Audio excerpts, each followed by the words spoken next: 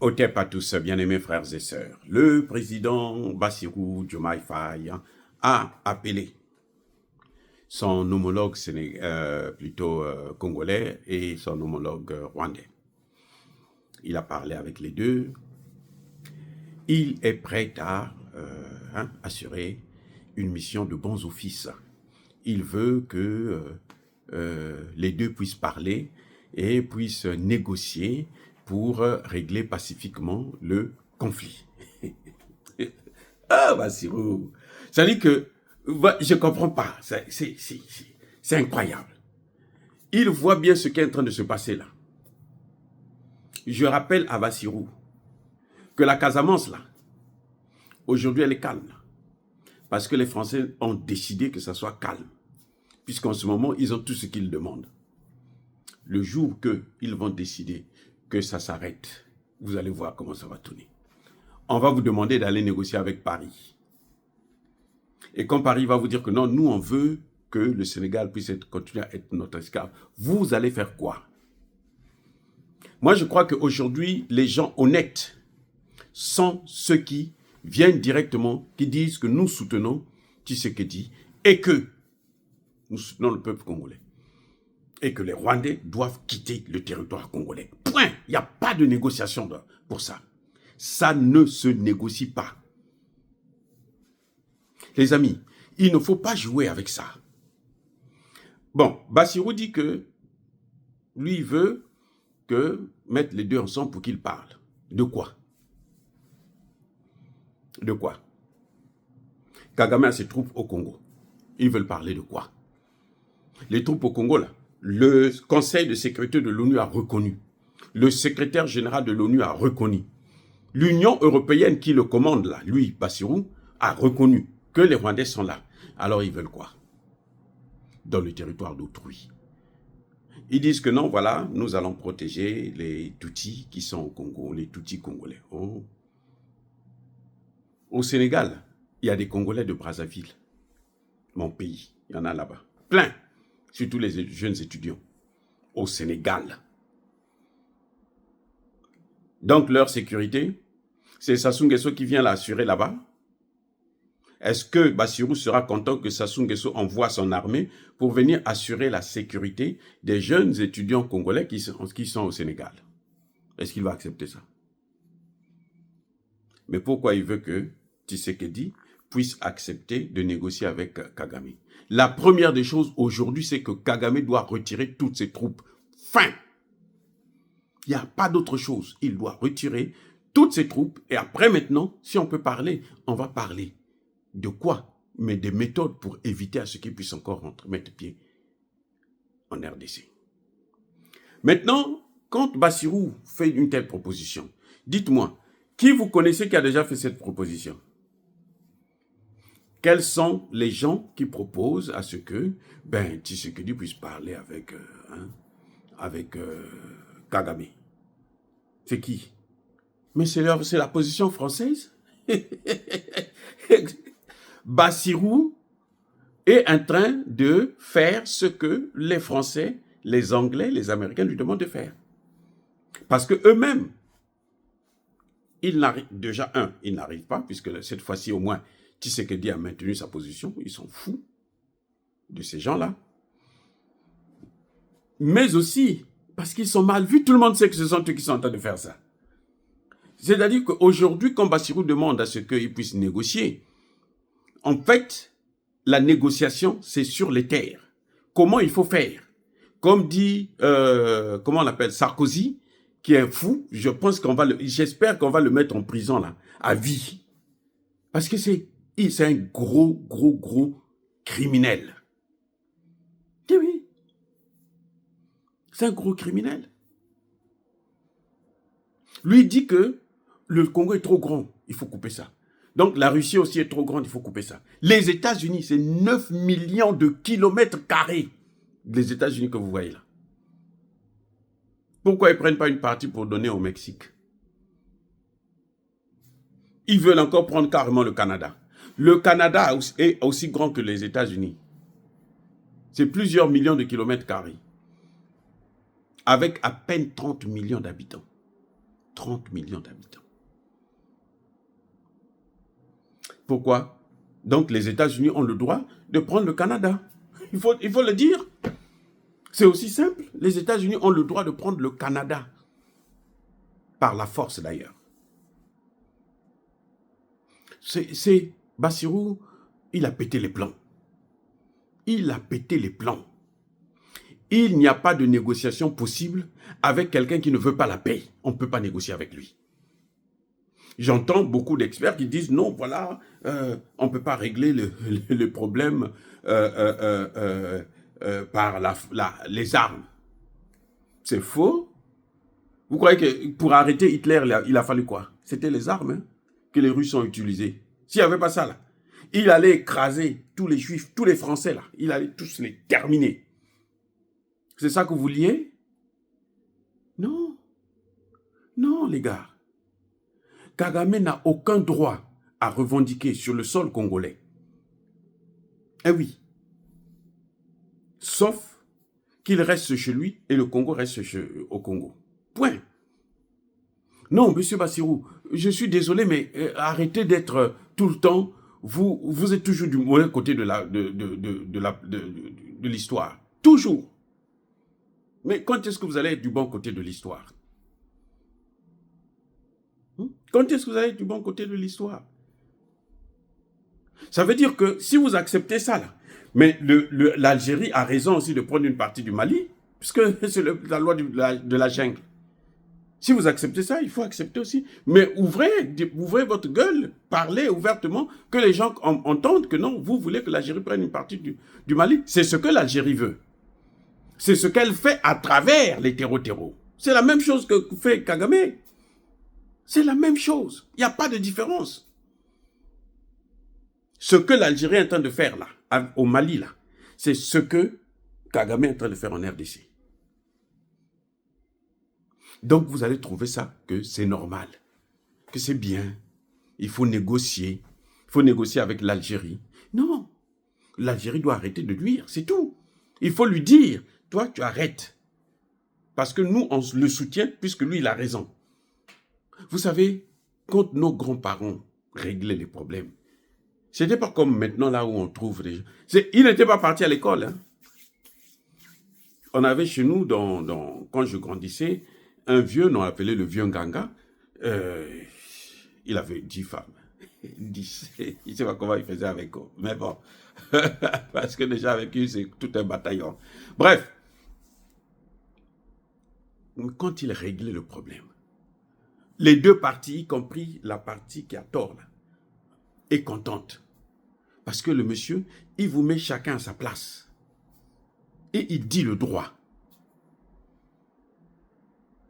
Aujourd'hui, la première des choses, c'est que Kagame quitte la RDC. Il a assez pillé pendant 30 ans. Monsieur Bassirou, si vous ne savez pas, je vous informe. Kagame a déjà tué 18 millions de personnes. Attendez, vous voulez qu'il tue combien? Pour que vous puissiez savoir que non, mais oh, ça suffit. Pour que vous puissiez dire ça suffit un jour. Ou bien parce que les Occidentaux sont là, ils vous caressent, et donc vous vous dites que non, vous êtes le meilleur élève. Mais le pouvoir, là, le mandat prend toujours une fin. Tout mandat a une fin, monsieur Bassirou. Tout mandat a une fin. Les dirigeants africains, là, il faut le savoir. Tout mandat a une fin. Que ce soit par la mort, que ce soit par un coup d'État, que ce soit par la voie des urnes, que ce soit par la maladie et tout. Un mandat a toujours une fin. Il y aura une fin aussi pour le mandat de Kagame. Et j'espère que ça ne saurait tarder. Non, M. Bassirou, vous n'avez pas à demander à Tshisekedi de négocier avec Kagame. Kagame, ce qu'il veut, c'est les terres. Parce que cette partie-là, mais regardez, rien qu'en 2023, 150 tonnes de coltan. Vous savez combien ça lui a rapporté? À lui seulement, 1 milliard. Plus d'1 milliard. Et les Occidentaux, France, Angleterre, États-Unis et autres, c'est des milliers de milliards. Or, si le Congo là est développé là, ça va développer toute la région. Donc, il empêche le développement du Congo et il empêche l'émancipation de tout un continent.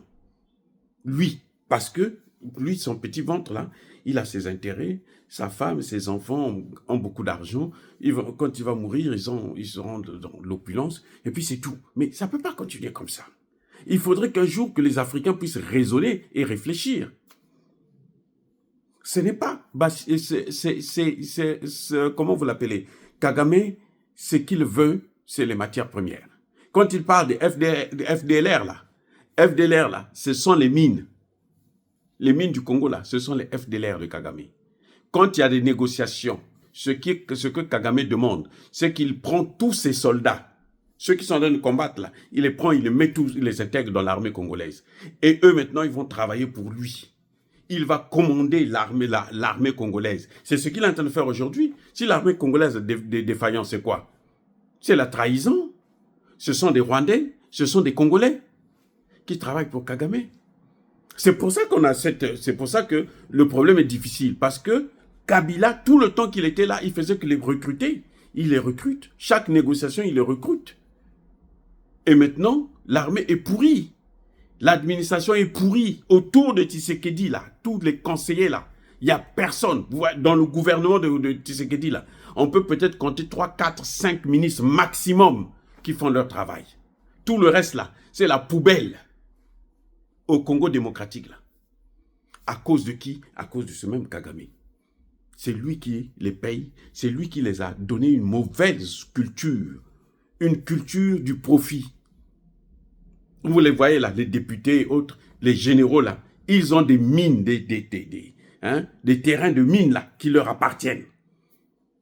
C'est ça, c'est ce que Kagame a fait de la RDC. Et il faut que ça s'arrête. Il faut que quelqu'un vienne dire stop. C'est pour ça que quand Tshisekedi arrive, là, on a gonflé les salaires. Un député congolais gagne peut-être 10 fois mieux qu'un député sénégalais. Mais que fait-il de bon avec tout cet argent? Soutenir Kagame et soutenir l'Occident. Quand les Occidentaux disent, bon, maintenant il faut le bouger là, il est en train de vouloir faire ceci, il faut arrêter ça.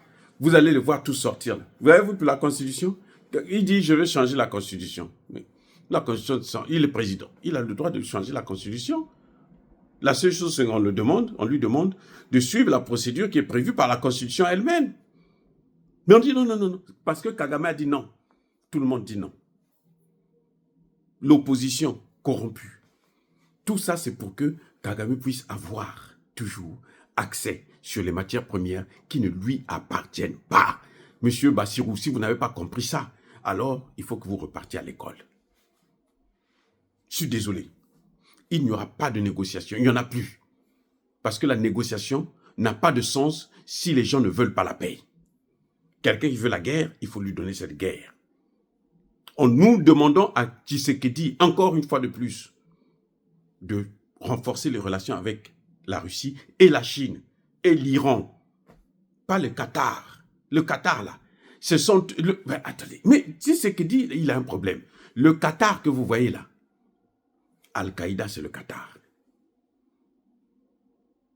L'Arabie Saoudite, là, c'est l'État islamique. Toutes les opérations militaires des États-Unis, d'Israël, sont financées par le Qatar, par l'Arabie Saoudite. Mais attendez, comment on peut vous expliquer ces choses-là que ces gens qui sont présidents et qui ne comprennent pas? Comment? Tshisekedi préfère renforcer des relations avec le Qatar. Le Qatar a en train d'investir là pour un aéroport au Rwanda. Près de 30 milliards de dollars. Il veut faire que ce soit un aéroport qui va couvrir pratiquement toute l'Afrique de l'Est, l'Afrique centrale et autres. Donc un avion qui va venir au Congo-Brazzaville doit d'abord passer au Rwanda. On va payer une taxe là-bas pour le Rwanda. On va lui donner notre argent à nous. C'est quoi ça? Et qui fait ça? Et ça, il va se partager avec le Qatar. Le même Qatar. Que Tshisekedi aussi, lui, trouve que non. Oh, il faut aller coopérer avec le Qatar parce que le Qatar a l'argent pour envoyer. Et on te dit, toi, tu as l'argent, tu es plus riche que le Qatar.